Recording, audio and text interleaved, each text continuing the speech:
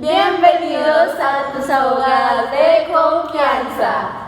Bueno, para iniciar este podcast, cabe aclarar que este se llevará a cabo como un conversatorio. Vamos a hacer que esto fluya, entonces vamos a hacer como una conversación entre nosotras. En un primer lugar, pues cada una va como a dar un contexto, vamos a explicar lo que es nuestra parte del capítulo. Este capítulo se nombra los elementos del Estado. Este se divide en tres, lo que es el pueblo, el poder político y el territorio. Somos tres personas. Está a mi lado derecho Karen Martínez, a mi lado izquierdo está Sara Montoya, quien les habla, Dana Martínez. Entonces, en un inicio vamos a contextualizar sobre cada uno de estos elementos y finalmente vamos a hacer unas preguntas entre nosotras para ver si entendimos lo suficiente. Bueno, los elementos del Estado. ¿Qué se define por elementos del Estado? Se define como esas partes o esos elementos que constituyen y propician a la existencia de un Estado. En este libro nos dicen que en caso de que alguno de estos elementos llegase a faltar, esto podría dar a consecuencia que se extinga el Estado, ¿sí? Los elementos son el pueblo, el poder político y el territorio. Ahora sí, vamos a iniciar. El pueblo. Comencemos por definir qué es pueblo. El pueblo se refiere a ese conjunto de personas que comparten un vínculo común que es político-jurídico con el Estado. Este vínculo no se basa solamente en la ubicación geográfica, sino es el resultado de un proceso en el que interactúan y se relacionan en la parte política, social y jurídica. Más adelante nos hablan sobre lo que es el pueblo, la nación y la patria, que son definiciones y conceptos que tienden a generar confusión, que se tiende a confundir la definición entre ellos mismos.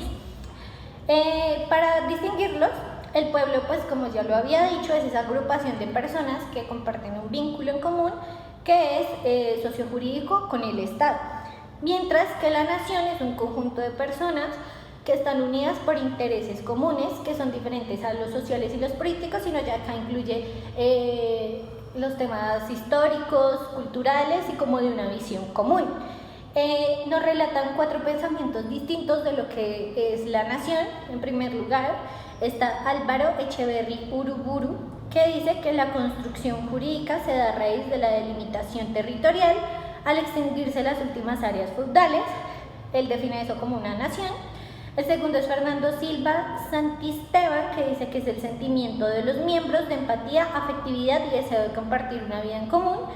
El tercero es Ernest Renan, que dice que como es una gran solidaridad creada por el sentimiento de los sacrificios y el deseo de continuar la vida en común. Y por último está Jorge Sarmiento García, que dice que es la suma de individuos que se encuentran marcados por un carácter nacional. Y ya finalmente lo que es la patria lo define como una noción subjetiva, que quiere decir, se trata más de ese sentimiento de pertenencia, de amor y de respeto hacia la patria hacia la nación donde se vive y se nace. Entonces esto se representa con símbolos. Entonces aquí vienen a entrar lo que son los escudos, las banderas, los himnos nacionales, entre otros. Y nos hablan de un principio de libre determinación, que es un concepto nuevo también para mí, que nace al terminar la Primera Guerra Mundial por el presidente norteamericano Woodrow Wilson. Al principio, pues, él crea este concepto, pero pues no es tomado en cuenta sino tiempo después, el 14 de diciembre de 1960, por la Carta Magna de la Descolonización. Y principio de libre determinación significa que es el derecho que se le da al pueblo de decidir su propio destino, y esto incluye también que decían cuál va a ser la organización política que va a tener su país y la forma de gobierno que se va a llevar a cabo. Esto es sumamente importante porque es la base de toda la estructura gubernamental que se va a tener en el país, en la nación. Y pues también se tiene que pensar en beneficio de la misma población. Vamos a empezar a un segundo concepto que también va muy de la mano con el pueblo, y es el término de la nacionalidad. Entonces, ¿qué es la nacionalidad? Este término nace por el culto que se le tenía a la ciudad donde se nace, y era aquel que participaba del culto de la ciudad y a quien por serlo se le otorgaba el ejercicio de los derechos existentes. Y la nacionalidad en sí se refiere a ese vínculo jurídico que conecta al individuo con el estado específico en donde pues se nace. Se manifiesta de dos maneras. La primera es social, que representa el uso de costumbres de la nación, y la segunda es jurídico-política, porque otorga derechos y deberes a los individuos de dicha nación. A menudo la nacionalidad se usa para determinar la pertenencia a un pueblo y existen 4 principios importantes que se tienen en cuenta. El primero es que toda persona tiene derecho a una nacionalidad, lo que evita el apátrida, que quiere decir que es una persona que no cuenta con ningún tipo de nacionalidad. La segunda es que ninguna persona puede ser despojada arbitrariamente de su nacionalidad, o sea, ninguna persona tiene derecho a que la saquen sin ningún argumento válido y le quiten su nacionalidad. La tercera es que ninguna persona puede ejercer simultáneamente 2 o más nacionalidades, porque evita el beneficio de usar derechos, deberes y beneficios de 2 nacionalidades al tiempo, de 2 naciones al tiempo. Y la última es que toda persona tiene derecho a cambiar de nacionalidad, lo que contribuye al derecho a la libertad del sujeto. Bueno, ¿cuáles son los modos de adquisición de la nacionalidad? Existen diversas formas de adquirir la nacionalidad. En este capítulo nos hablan de un modo originario, que en primer lugar está el sistema de ius sanguini, que quiere decir derecho a la sangre, que es cuando, por ejemplo, se tienen padres con una nacionalidad distinta a la que yo tengo. Un ejemplo, mis papás son nacidos en Colombia y yo nací en Perú, pues yo puedo pedir por sangre la nacionalidad de donde nacieron mis padres. La segunda es el sistema de ius soli, que esta defiende el derecho a la tierra, que es cuando se nace en dicho territorio, está pues generalmente automáticamente en donde tú naces, de ese estado tomas tu nacionalidad. Y el último es el sistema dual, que básicamente es la aplicación simultánea del sistema ius sanguini y el sistema de ius soli. Y nos hablan de otro modo, que es el modo derivado, en donde está en primer lugar la adquisición de la nacionalidad con expresión de voluntad. Quiere decir, por ejemplo, cuando un extranjero está interesado en adquirir voluntariamente la nacionalidad de otro país, pues lo puede hacer de manera voluntaria, pero pues cumpliendo con ciertos requisitos legales que ya dependen de cada nación. Entre ellos voy a mencionar unos, que es, por ejemplo, la residencia legal en el país por un tiempo determinado, usualmente son de 3 a 10 años, el conocimiento del idioma oficial, la aprobación de exámenes de ciudadanía, una buena conducta, no tener ningún tipo de antecedente penal grave, el compromiso de lealtad al país, es un tipo de juramento hacia el país al cual se quiere pertenecer, una capacidad económica para poder vivir allí y otra documentación necesaria que pues respalde dicha solicitud. Y la segunda es la adquisición de la nacionalidad sin expresión de voluntad. Este proceso, por ejemplo, se da cuando hay un acto jurídico de matrimonio con una persona con diferente nacionalidad, ¿sí? Entonces puede dar el caso que, por ejemplo, yo soy colombiana y yo me caso con un peruano, entonces al casarme con el peruano, automáticamente, sin yo dar mi voluntad, me otorgan la nacionalidad peruana, ¿sí? Bueno, ¿cuál es la relación entre nacionalidad y ciudadanía? Que también son términos que se tienden a confundir. La nacionalidad, como ya lo había dicho anteriormente, es el vínculo jurídico del individuo con el Estado, mientras que la ciudadanía es un derecho derivado de la nacionalidad, o sea, este se desprende de la nacionalidad, ¿sí? Y se trata de una consecuencia del ser nacional. Implica la capacidad de ejercer derechos y deberes políticos, como por ejemplo el poder votar por, no sé, el presidente, el alcalde dentro de ese país. Y también nos dicen que no todos los nacionales son necesariamente ciudadanos si no cumplen con los requisitos estipulados por el Estado. Si a ti te quitan tu nacionalidad, tú automáticamente dejas de ser nacional y dejas de ser ciudadano, mientras si te quitan la ciudadanía, únicamente dejas de ser ciudadano, pero sigues siendo nacional. Bueno, está un tercer tema, que son los problemas que están relacionados con la nacionalidad. Existen tres problemas importantes. El primero es el problema de la doble nacionalidad. Es un fenómeno pues actual, podría decir, en el que se generan algunos conflictos legales y políticos, porque una persona porque pasa que una persona puede ser nacional de dos estados y el problema es que no puede obtener beneficios, derechos y deberes de los dos estados al tiempo. Esto le otorga problemas en temas como impuestos, servicio militar y derechos civiles. En segundo lugar está la pérdida y la renuncia de la nacionalidad. Esta puede perderse o renunciarse en distintas circunstancias, lo que implica la privación jurídica de la condición nacional. Por ejemplo, podría ocurrir una pérdida automática, como les dije anteriormente, al momento de contraer matrimonio con una persona nacional distinta, o por la prestación de servicios en guerra en el exterior a ejércitos enemigos, o una renuncia explícita que se dé ante las autoridades de dicho país. Bueno, en tercer lugar está la recuperación a la nacionalidad, que esta trata cuando anteriormente se había renunciado a su nacionalidad y se quiere volver a tomar esta nacionalidad a la cual anteriormente se había renunciado. Y son algunos casos específicos y las personas pueden recuperar su nacionalidad si cumplen con ciertas condiciones específicas que pues ya depende de cada estado la que pidan, ¿sí? Como retornar al país y demostrar que renuncian a, por ejemplo, si habían renunciado a la nacionalidad colombiana para tomar la nacionalidad peruana y tienen la nacionalidad peruana pero ahora quieren volver a la nacionalidad colombiana, tienen que renunciar a la nacionalidad peruana y en Colombia demostrar que renunciaron a la nacionalidad peruana, ¿sí? Y también el por qué, o dar una argumentación válida de por qué decidieron renunciar anteriormente a esa nacionalidad y por qué otra la quieren volver a retomar, ¿sí?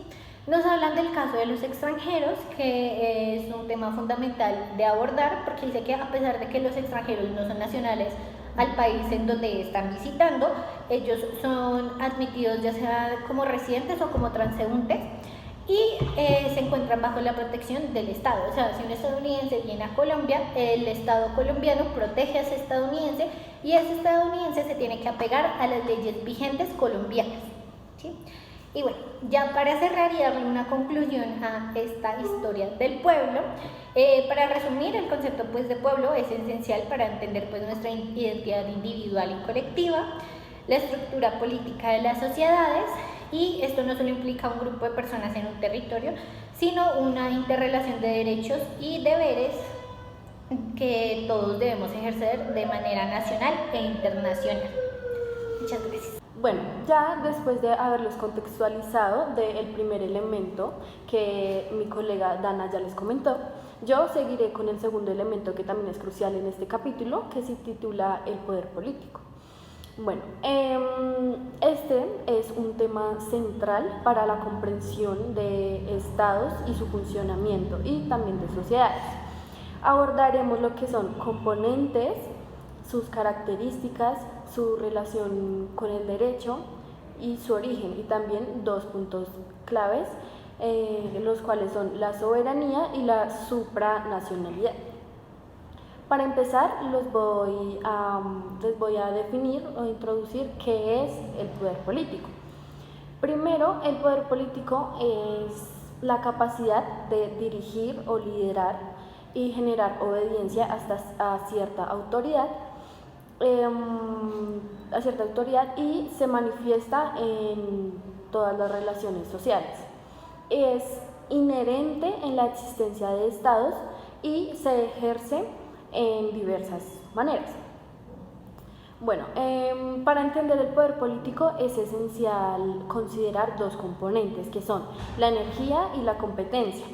La energía se refiere a la fuerza necesaria para ejercer el poder y hacer que otros obedezcan. Y la competencia implica las habilidades necesarias y conocimientos para gobernar de manera efectiva. Ambos son cruciales para la legitimidad y efectividad del poder público, político o gubernamental.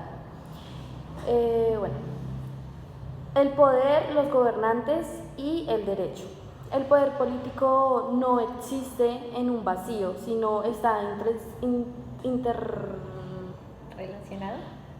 Intrínsecamente, esa es la palabra, intrínsecamente relacionado con el derecho.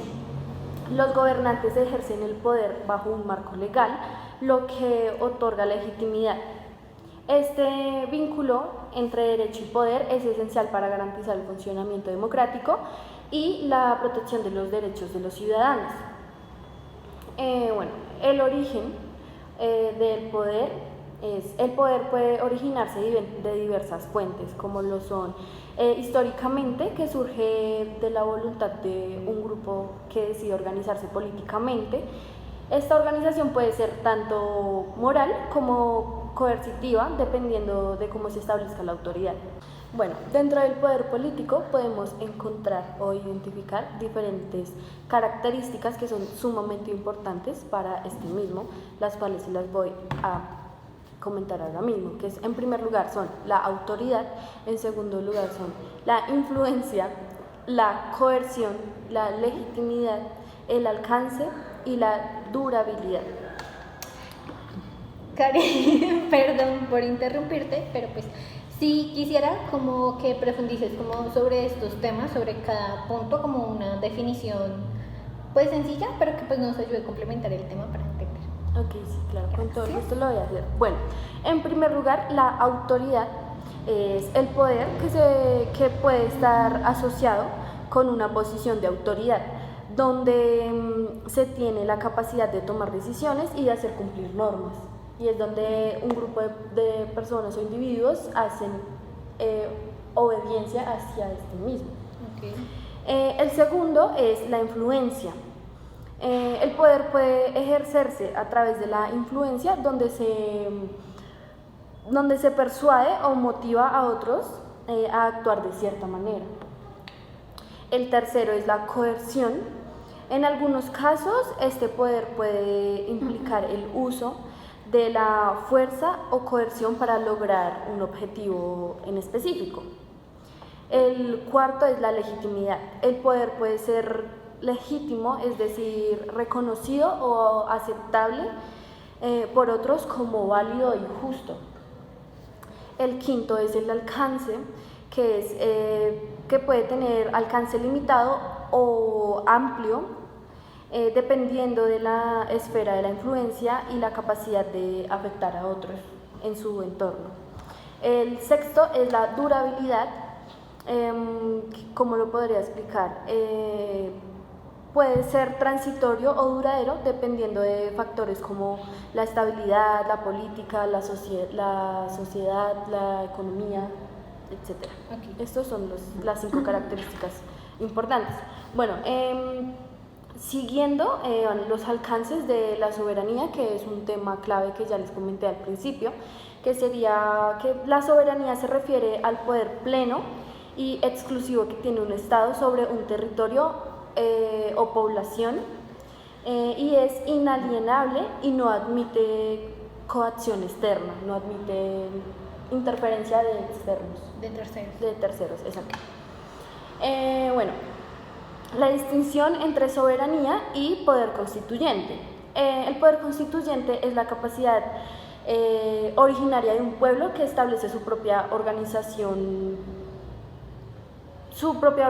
política o gubernamental, a diferencia de la soberanía que surge posteriormente a la constitución del Estado. Es decir, el poder constituyente es como que el pueblo puede elegir. Yo lo relaciono a lo que yo les estaba hablando de el principio de libre determinación, que Exacto. Es el derecho que tiene el pueblo a como a trazar su camino y a elegir sus bases referente a lo político y eso. Exacto, es básicamente lo que acaba de decir mi colega Dana, y en cambio la soberanía es algo, es como todo lo contrario a la constituyente, porque la soberanía ya surge, como lo dije anteriormente, surge posteriormente al constituyente del Estado, es decir, como ya se hacen las bases sin, se podría decir, sin consideración del pueblo, y el pueblo es el que obedece, Y se adapta. exacto, obedece y se adapta o se subordina a determinada autoridad. Ok. Bueno, la soberanía, el dominio y la jurisdicción. La soberanía permite al Estado ejercer dominio sobre un territorio y su población, así como establecer su jurisdicción, es decir, el conjunto de normas que rigen dentro de su ámbito de competencia, por decirlo así, de algún modo. Bueno, la soberanía, la globalización y la noción de supranacionalidad. La globalización, la noción de soberanía se ven desafiadas, dando paso a estructuras supranacionales que pueden limitar la soberanía de los estados en ciertos aspectos, como el comercio y los derechos humanos. Yo quisiera interrumpirte ahí un momento, y es que este problema de la globalización en realidad afecta como en general al Estado, porque veo que también llega a ser como una afectación en la parte del poder político y también lo es en el pueblo, porque el pueblo decide empezar a irse o a unir sus costumbres con otros nacionales.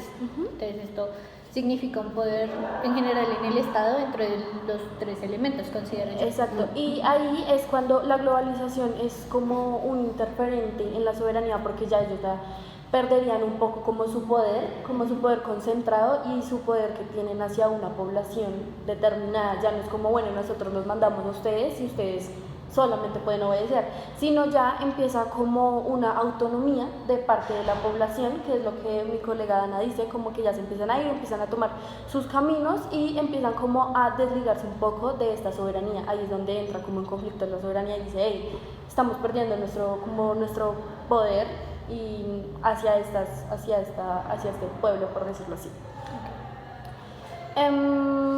Bueno, dando supranacionales para limitar la soberanía del Estado, bueno, eso ya es como algo que ya lo acabamos de explicar. Dando paso al siguiente punto sería el papel institucional del poder. El poder político se articula a través de instituciones que representan la voluntad del pueblo. Estas instituciones son fundamentales para garantizar un ejercicio ordenado y legítimo del poder. Bueno, estas instituciones son como el gobierno, administración pública, fuerzas armadas, poder judicial, instituciones financieras, medios de comunicación, organizaciones internacionales, partidos políticos, etcétera, etcétera. Bueno, el gobierno vendría siendo como el poder ejecutivo, legislativo y judicial que ejerce autoridad sobre una nación o región determinada. Administración pública, las burocracias y agencias gubernamentales que implementan políticas y servicios públicos, por decirlo de alguna forma. Fuerzas armadas son las instituciones, pues ya como algunos sabemos, militares que protegen la seguridad de la nación y mantienen el orden interno. Que sería un poco como el uso de la fuerza, se podría decir un poco. Y entraría también en las instituciones como la Policía Nacional. Exacto, Policía Nacional, Fuerza Aérea, Marina, exacto. Bueno, instituciones financieras, los bancos centrales, las bolsas en la opinión pública y la percepción de la realidad. Como si el siguiente sería instituciones financieras, bueno, eso ya lo acabo de decir, el poder judicial, que son los tribunales y cortes que interpretan y aplican la ley o las normas que ya están previamente escritas. Bueno, los medios de comunicación, que como ya todos sabemos son los medios que influyen en las opiniones públicas y en la percepción de la población. Bueno, en la percepción de la población y de la realidad. Los partidos políticos son las organizaciones que representan intereses políticos y económicos, también puede ser un poco, y compiten por el poder, que ahí vendría siendo, compiten por el poder para llegar al primero que mencioné, que sería el gobierno. Bueno, el siguiente punto sería las formas de manifestación del poder, que son... El poder político puede manifestarse de diferentes formas, incluyendo, primero, la carisma, donde la influencia proviene de la personalidad del líder o del que está dirigiendo en ese determinado momento, la legalidad, donde el poder se basa en las normas y leyes del líder, la legitimidad, ahora sí, que sería la aceptación del gobierno por parte de otros gobiernos o de entre ellos mismos. La influencia, que es la capacidad de persuadir y motivar a otros sin coacción directa. Bueno, el siguiente punto es el poder y la arbitrariedad, que sería como es vital para distinguir entre el uso legítimo del poder y la arbitrariedad, que en el ejercicio caprichoso del poder sin fundamento en la ley ética. La arbitrariedad puede llevar a la violación de los derechos y la confianza en las instituciones, o sea, ya se deslegitimiza. Sí, la confianza. La confianza, o sea, ya no creerían tanto en un poder gubernamental o en las instituciones que hacen parte de ellas. ¿Y por qué? Por lo mismo, por lo que se están violando derechos que son esenciales, y si se violan esto, pues va a perder totalmente su confianza hacia las instituciones que se debería, o si se presume que deberían protegerlos en vez de violarlos. La noción de fuerza desnuda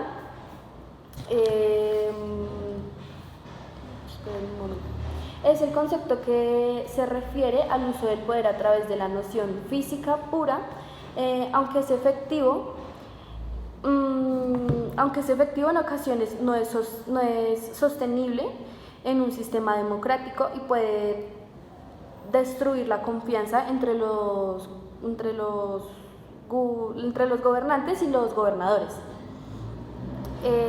Sigue los objetivos integracionales y la cesión de competencias.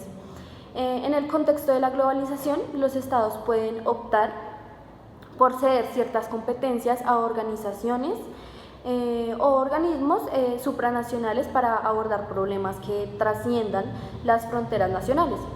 Bueno, esto puede ser visto como una pérdida de soberanía, pero también como una adaptación necesaria a un mundo interconectado, se podría decir de alguna forma.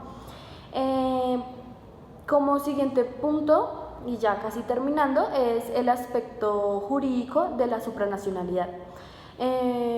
Finalmente la supranacionalidad implica que ciertas decisiones se tomen por encima del Estado nacional, afectando sus competencias, y asimismo este esquema necesita un marco legal que respalde que respalde la colaboración entre estados y la creación de normas aplicables a todos los miembros de una organización internacional.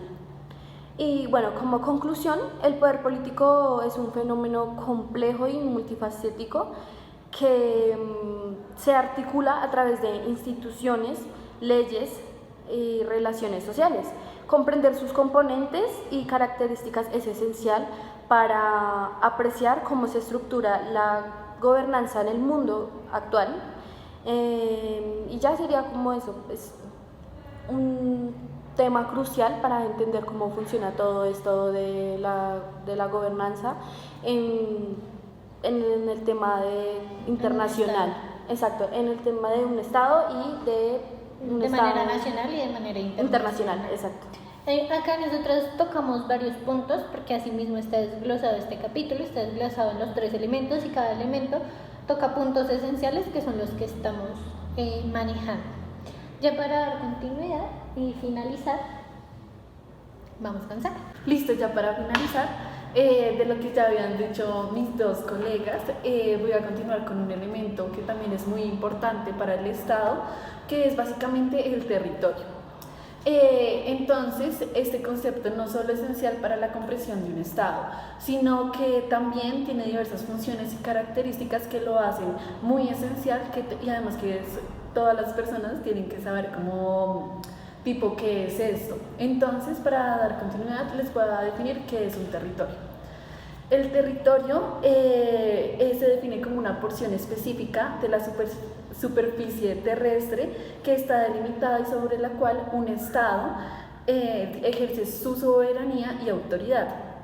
Además que en el espacio geográfico este es el espacio geográfico donde se manifiesta el poder político de un Estado y además en este también se abarcan el suelo, el subsuelo como el dominio marítimo y el espacio aéreo, que esto es súper importante para el territorio.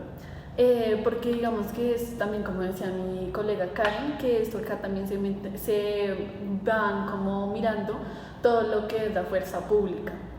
Y además que el territorio es como el origen de un Estado, porque digamos, sin un territorio donde puedan habitar todos los ciudadanos, no se puede crear un Estado. Entonces vamos a desglosar cada una de estas características. Lo primero son las funciones del territorio. Esta cumple diversas funciones cruciales para la vida del Estado. Tenemos 4. El primero es el asiento del pueblo, que este es básicamente donde las personas viven y coexisten entre estas. Entonces, un ejemplo, Bogotá. Puede ser Bogotá, cualquier ciudad, región, pueblo de Colombia y de otros países. Tenemos la explicación del orden jurídico, que esta es donde se aplican las leyes y normas emanadas del poder político. En este caso puede ser como la gobernación, el presidente, el Congreso y todo lo que lo delimitan. Tenemos como tercero la cohesión y continuidad del pueblo, que este promueve un sentido de identidad y pertenencia entre los habitantes del Estado, que es lo que decía mi colega Dana, que es básicamente todo lo del himno, la bandera, tener como ese sentido pátrico, patrio, un sentido de pertenencia un poco. Sí, un sentido de pertenencia por la nación donde tú viviste, naciste, viviste, bueno, en fin. Tenemos como 4 la determinación de la estructura política, que esta condiciona el tipo de organización política y la representación ciudadana. En esta se puede ver como la Cámara de Representantes, los alcaldes y todo lo demás, que es como el orden para poder como gobernar una nación, por decirlo. Seguimos con las características del territorio, que posee como unas características muy específicas. El primero es la inalienabilidad.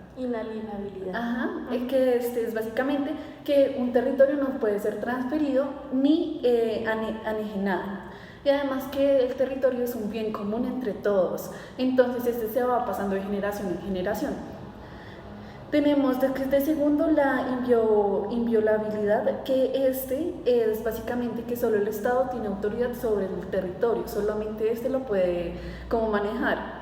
Y además que otros estados no se pueden como apropiar, interferir en los problemas que tenga. Yo no sé si ustedes recuerden como el estallido social que hubo hace como unos años, que hizo protestas por todo lado. Sí, como en el 2021. Sí, como por esa parte. Entonces digamos que en ese problema, que fue como un estallido social, solamente lo podía manejar el presidente y la gobernación de ese momento. Ningún otro país se puede meter a poder solucionar. No puede interferir externos, como lo que tú estabas diciendo. Digamos que según la ONU, puede generar algún tipo de apoyo, ¿sí? Como decir como yo apoyo a este país o yo voy en favor de este país, más no pueden interferir, por ejemplo, con lo de la guerra ahorita entre Israel y Ucrania. Rusia y Ucrania. Los países toman como un bando, entonces dicen como yo apoyo a este país, más no puedo interferir en su para guerra. poder solucionarlo, sí. Seguimos como el tercero, que es el dominio eminente, que es básicamente que el Estado tiene el derecho de regular y usar los recursos que se encuentran en su territorio, pero también es muy importante que lo protejan para tener una mejor vida a futuro para las futuras generaciones y no tener que, por ejemplo, estar por ahí pegado a un tanque de oxígeno, no sé, así súper loco. Seguimos con la clasificación del territorio. Entonces los territorios se pueden clasificar en, tenemos el primero, que es el territorio estatal continuo, que este es un espacio geográfico y sin interrupciones. Tenemos como ejemplo la mayoría de estados, así es como la mayoría de estados. Tenemos como el segundo, que es el territorio estatal discontinuo, que estos son territorios segmentados, como es el caso de Estados Unidos y sus posiciones insulares. Seguimos con el tercero, que este es el territorio estatal enclave, que estos son los territorios completamente rodeados por el espacio de otro estado, como ocurre con Lesoto en Sudáfrica. Seguimos con las partes del territorio. El territorio es como un elemento constitutivo del estado, y se divide como en 4 partes fundamentales. Primero tenemos el suelo, que ya se los había mencionado anteriormente, pero pues lo vamos a especificar más. El suelo se refiere como a la superficie terrestre o capa de la bronquia de la corteza terrestre, y siendo la parte externa y sólida de la Tierra, y se clasifica en 3 partes. Está el suelo continente, que es la extensa superficie terrestre que es rodeada de mar, por ejemplo San Andrés. Tenemos el suelo insular, pequeña superficie terrestre rodeada de mar también, que es un ejemplo acá, tengo el ejemplo de Grecia. Y el suelo mediterráneo, que es una superficie que puede ser pequeña o extensa, pero limitada por el mar. Entonces puede ser como por ejemplo una isla. ¿Sí? Tenemos como siguiente el subsuelo, que está situada debajo de la superficie terrestre, refiriéndose a la zona profunda de la corteza terrestre que no está apta para cultivo o laboreo, y es considerada esencial para las actividades mineras y todo este tema. Entonces, por ejemplo, cuando ustedes ven, por ejemplo, de ahí se saca el petróleo, las joyas divinas, todo este tipo de cosas. Tenemos el dominio marítimo, que ya también mi colega se los había mencionado, pero pues yo se los voy a especificar más. Este es un área de masa líquida que contigua el suelo terrestre y es crucial por varias razones. Tenemos como primera razón que es determinación de los poderes del estado ribereño sobre las aguas adyacentes. Lo que quiere decir esto es, por ejemplo, un estado tiene un límite como tipo de mar. Desde ese límite no se puede pasar, por ejemplo, a explotar los recursos de porque esto ya es como más parte del pueblo que en sí del estado, entonces ahí no puede ejercer como su soberanía. Tenemos la extensión territorial como parte del Estado, y tenemos como tercero uso, explotación y conservación de recursos naturales, tanto dentro como fuera de esta misma, lo que les estaba diciendo anteriormente. Perdón, yo interrumpo ahí. Eso gráficamente se entiende, yo lo había visto una vez, que cada estado delimita su territorio como un cono. Sí. Entonces viene de lo que es literalmente como el núcleo de la Tierra y se extiende hasta lo que es la atmósfera, literalmente. Sí. Y los estados y los territorios de cada estado se delimitan del subsuelo hasta el cielo, literalmente, y se toman en forma de cono. Tienes toda la razón. Seguimos con las partes del dominio marítimo, que estas se componen en 6 partes. Tenemos como primera el mar territorial, que es un área de 12 millas desde la costa donde ejerce el Estado soberanía total. Tenemos la zona contigua, que también se extiende 12 millas más allá del mar territorial, permitiendo al Estado controlar infracciones. Tenemos como tercera la zona económica exclusiva, hasta 200 millas, donde el Estado tiene derechos exclusivos sobre los recursos naturales. Tenemos la cuarta, que es plataforma continental, que es la extensión del lecho marítimo también de más de 200 millas o más, que otorga derechos sobre los recursos marítimos. Tenemos la quinta, que es el alta mar, que es áreas sin soberanía estatal, donde se permite la libertad de navegación y pesca para todos los países. Que esto es lo que yo les estaba diciendo y lo que tú también estabas diciendo, que es como la limitación de Colombia, por ejemplo, está acá. Y esta parte, acá por ejemplo, pueden ir todos los pescadores en sus barcas a tomar peces sin ningún problema. Que son como esos sitios en los que nadie se mete a llorar. Ajá, exacto. Ahí es donde salen como las leyendas Del cocodrilo, hombre. Sí, esas cosas, como esas cosas como de las eso. sirenas, Ajá. todo ese cuento. Como sí. esas cosas sobrenaturales que hay en Sí. el mar, supuestamente.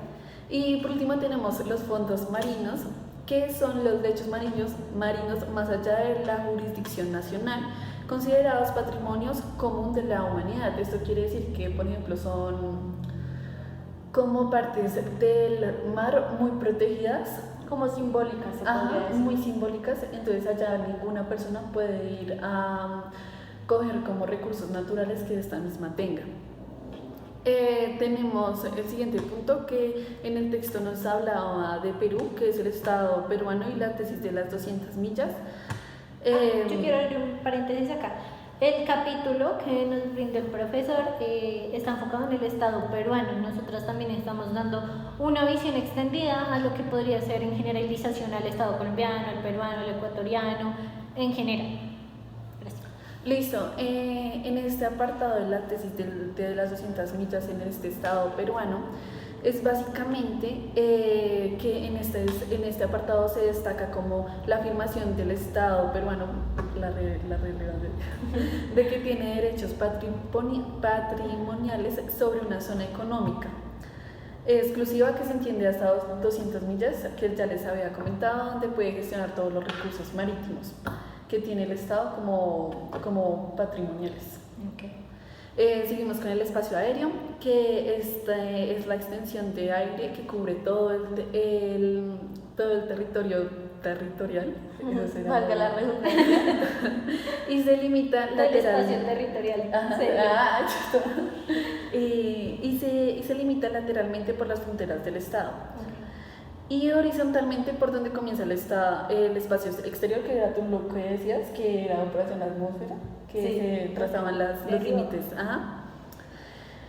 Y además tiene como su importancia que es como tipo, si otro avión se pasa a otra nación, por decirlo así, a otro país sin permiso, ahí ya se vienen a ver lo de las fuerzas públicas, que ustedes también lo mencionaban, que es básicamente si se pasa así todo lo legalmente, entonces, por ejemplo, las fuerzas públicas de ese país pueden ir a derribarlo. Okay. Porque podría ser también como un tipo de amenaza para ese país, ¿no? Ajá, Sí, exacto, o sea, puede porque ser si no como- están informados lo tomarían más como nos van a atacar o algo así. Ajá, Y puede ser puede- como un estallido de guerra. Y puede que también esté relacionado con actividades ilícitas, digamos, con todo el tema del narcotráfico. Tenían como eso de transportar Carga, carga mercancía y mercancía ilegal vía aérea, y ellos iban, o sea, no volaban tan alto para que no los tomaran Exacto. como los radares. Sin embargo, habían ocasiones en las que sí los toman y automáticamente los derriban porque no están notificados para pasar por su país. Exacto. Y aquí lo que estaban diciendo ahí también en el texto nos mencionan como el problema del espacio exterior o ultraterrestre, que en un momento cuando ya comenzaron a ver todo lo de las aviaciones, también veían eso, lo que tú estabas diciendo, como tipo, no, pero yo cómo voy a dejar de entrar a mi país a personas extranjeras que de pronto traen drogas, traen bombas, traen cosas así que se han visto. Entonces eso también era un problema muy permanente que se había, pero igualmente tomaron el riesgo. Y pues ahí ya uno puede transportarse de país a país con toda la legalidad, así ya como con los documentos que los permiten, como la visa y todo ese tema. Entonces, sí. Seguimos con las fronteras del territorio, que estas son unas líneas imaginarias, por así decirlo, que delimitan el territorio de un estado. Estado que, entonces, por ejemplo... Venezuela y Colombia. Ajá, exacto. Okay. separándolos de otros cuerpos políticos o del mar abierto. Este se basa en dos principios. El primero es el uti possidetis de iure, bueno, un nombre así súper loco. Y entonces este se refiere a la fijación de fronteras mediante tratados. Okay. Entonces es como tipo, bueno, con Venezuela y Colombia. Tú eres el presidente de Venezuela, yo de Colombia. Bueno, pues, yo vengo aquí a hacerte un acuerdo de acá a acá, es mis fronteras, entonces tú no te puedes pasar de acá. Entonces ahí se firma. Sí. Un acuerdo. ¿Recuerdan dónde se limita? Ajá, Las exacto. limitaciones. Y luego está el uti positivisti de facto, que se basa en la ocupación efectiva y prolongada del territorio, que ese también va de la mano con el primero de todos los tratados y todo este tema. Y por último, Finalizando, tenemos los modos de adquisición del territorio. Esta básicamente puede ser como tipo lo de generación en generación. Por ejemplo, acá en Colombia se vieron como todas las tribus indígenas, entonces eso se fue como trascendiendo toda la parte del territorio. También se vio las conquistas, que es básicamente cuando llegaron todos los españoles acá a conquistarnos y adaptarnos también a su cultura, a su idioma, para poder entendernos. y como una transacción de como de nacionalidad. nacionalidades, exacto. Ujú. Exacto, y también puede ser Por ejemplo, como... nuestros hijos van ¿cómo se dice? A adoptar nuestra nacionalidad, pues siempre y cuando nazcan aquí. Sí, exacto. O por lo que yo decía, que se adquiera la nacionalidad porque los padres son de sangre de esa nación. Y también lo que les mencionaba anteriormente, lo de los tratados.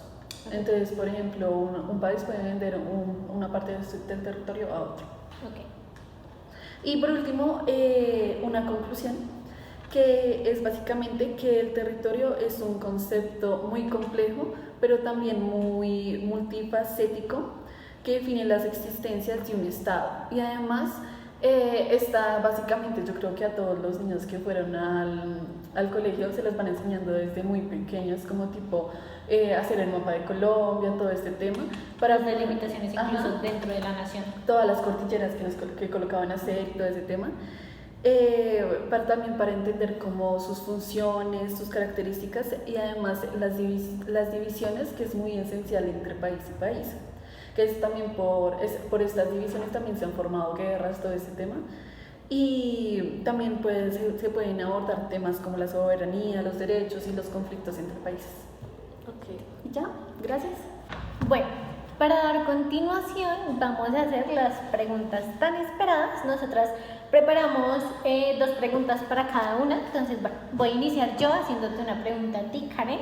Y es que desde una perspectiva colombiana, teniendo en cuenta pues que el capítulo está relacionado al Estado peruano, ¿cómo crees que se manifiesta la obediencia de la población hacia el poder político en el contexto colombiano? Bueno, la obediencia hacia el poder político en el contexto colombiano, para mí, primero que todo, la obediencia en nuestro país es diversa y se manifiesta de diversas formas. Puede estar influenciada por factores económicos, factores culturales, factores políticos incluso también, conflicto armado. Yo creo que para mí se manifiestan a través de, no sé, con respecto a instituciones, participación electoral, cumplimiento de normas, pero también enfrenta desafíos como la desconfianza institucional, que es algo como lo que yo decía en mi parte, que se deslegitima. Sí, como la confianza. Se deslegitima la confianza por cosas como la corrupción y la desigualdad en este país, porque para nadie es un secreto que siempre ha habido corrupción y mucha desigualdad, entonces yo creo que se manifiesta en estas formas. Ok, gracias. Bueno, para ti, Sara. Bueno, ¿por qué crees que es relevante la noción de territorio al hablar de un Estado? Bueno, la noción del territorio es muy crucial para un Estado porque define el espacio donde ejerce su poder y autoridad de forma exclusiva. sirviendo como la base para la soberanía. Además fomenta como la cohesión social, que es lo que lo que les decía antes, de que esto nos inculcan desde pequeños, a ver como el sentido del territorio, lo de la, bueno, todo eso.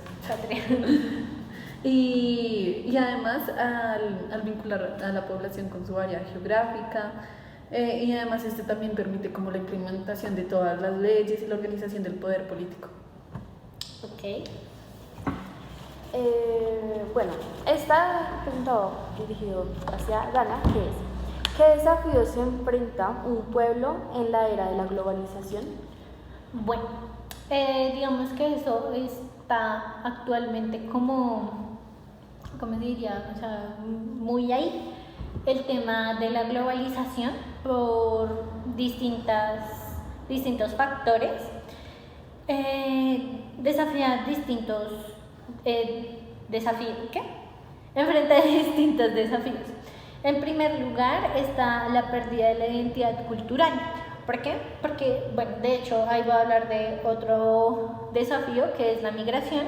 Al momento de que los ciudadanos toman la decisión de migrar, se pierde la identidad cultural debido a que, bueno, por una parte es algo beneficioso porque, por ejemplo, si yo me voy para Estados Unidos, yo voy a llevar algo de mi cultura a Estados Unidos y voy a compartir como esa identidad cultural, sí voy a llevar parte de mi cultura.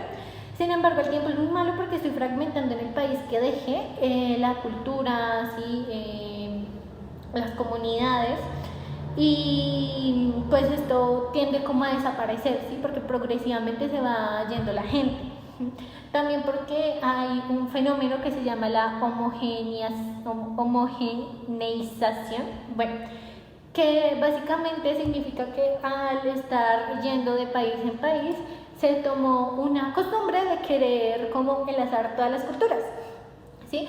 Entonces, por ejemplo, yo voy y enlazo mi cultura colombiana con la cultura peruana y la cultura ecuatoriana, y ya cada uno no tiene una identidad individual, sino se vuelve algo colectivo y se empiezan a homogenizar, o sea, como a juntar. Entonces esto hace perder la identidad cultural. El tema de la migración, claramente, pues, por ejemplo, en Venezuela y en lo que es Colombia, uno escucha mucho los casos de la gente que dice que quiere emigrar a Estados Unidos, a España, Alemania, a otros países para conseguir mejores oportunidades, y pues obviamente van dejando el territorio solo, ¿sí? Entonces esto es un gran problema. Y finalmente, pues la desigualdad económica, que también es, o sea, también es como un causante a la migración. La desigualdad económica, por ejemplo, en Colombia es muy grave, hay pobreza extrema, o sea, increíble, y esto hace que la gente no vea una oportunidad dentro de su mismo país, sino vea oportunidades en otros países y decida irse. Y ya, para Karen Porcela. Yo qué. ¿Cuál es la diferencia fundamental entre el poder político que emana del Estado y el poder proveniente de asociaciones y sociedades dentro de este, según lo expuesto en el texto? Respondiendo a la pregunta de Sara, para mí el poder soberano lo tiene el gobierno y es legítimo y coercitivo. Digamos, las asociaciones y sociedades no tienen como, o sea, el poder de ellas, de estas mismas, es limitado. Y no es coercitivo, como lo dije en el principio, y está basado bajo la influencia y la persuasión de esta misma. En cambio, el poder del Estado es más amplio y autoritario, mientras que el de las asociaciones y sociedades es más, ¿cómo decirlo?, como más restringido y más persuasivo. Restringido y persuasivo sería como la palabra. Sí, la pregunta es... Para Sara, por mí.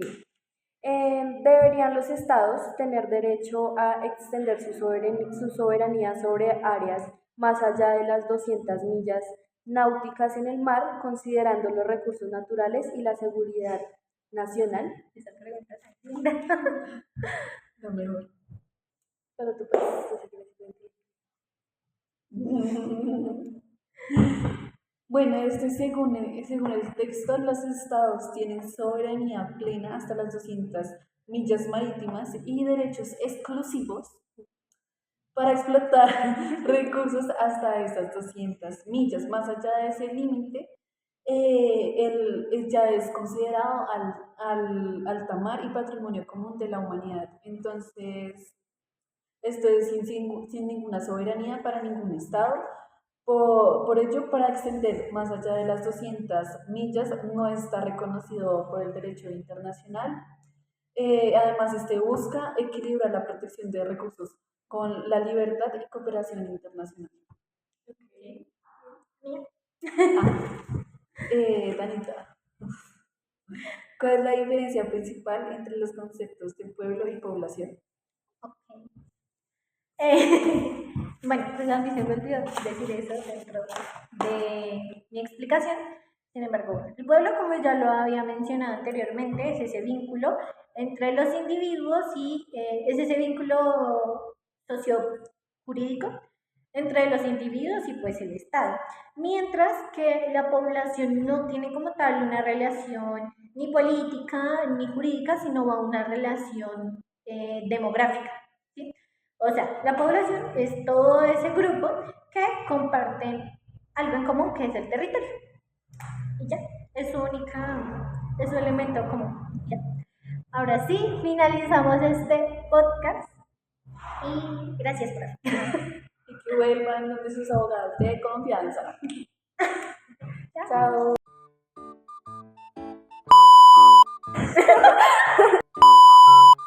Uno, dos, bienvenidos. Bien. Bueno, tema que fue el pueblo que ya mi compañera anteriormente les comentó, yo seguiré con el pueblo. ¿Qué? Es que somos súper abogados, entonces son colegas. Ay, yo estaba grabando. Y la competencia. La energía se refiere a la fuerza necesaria para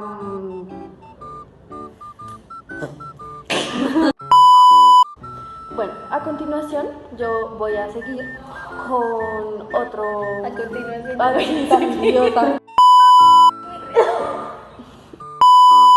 para este mismo, las cuales les voy a comentar ahora mismo. En primer séptimo, legitimidad versus autoritarismo, que Sobre como cada uno de estos conceptos como definiciones para pues, poder entender mejor. así, claro, yo con todo el gusto lo voy a hacer. Bueno, en primer lugar, la autoridad. Bueno, dentro del poder político podemos identificar o encontrar. No. Voy a comenzar con un elemento muy importante que es el territorio. A finalizar. Pero es que como De lo que ya habían dicho mis compañeras de los anteriores. colegas. Pues, No importa.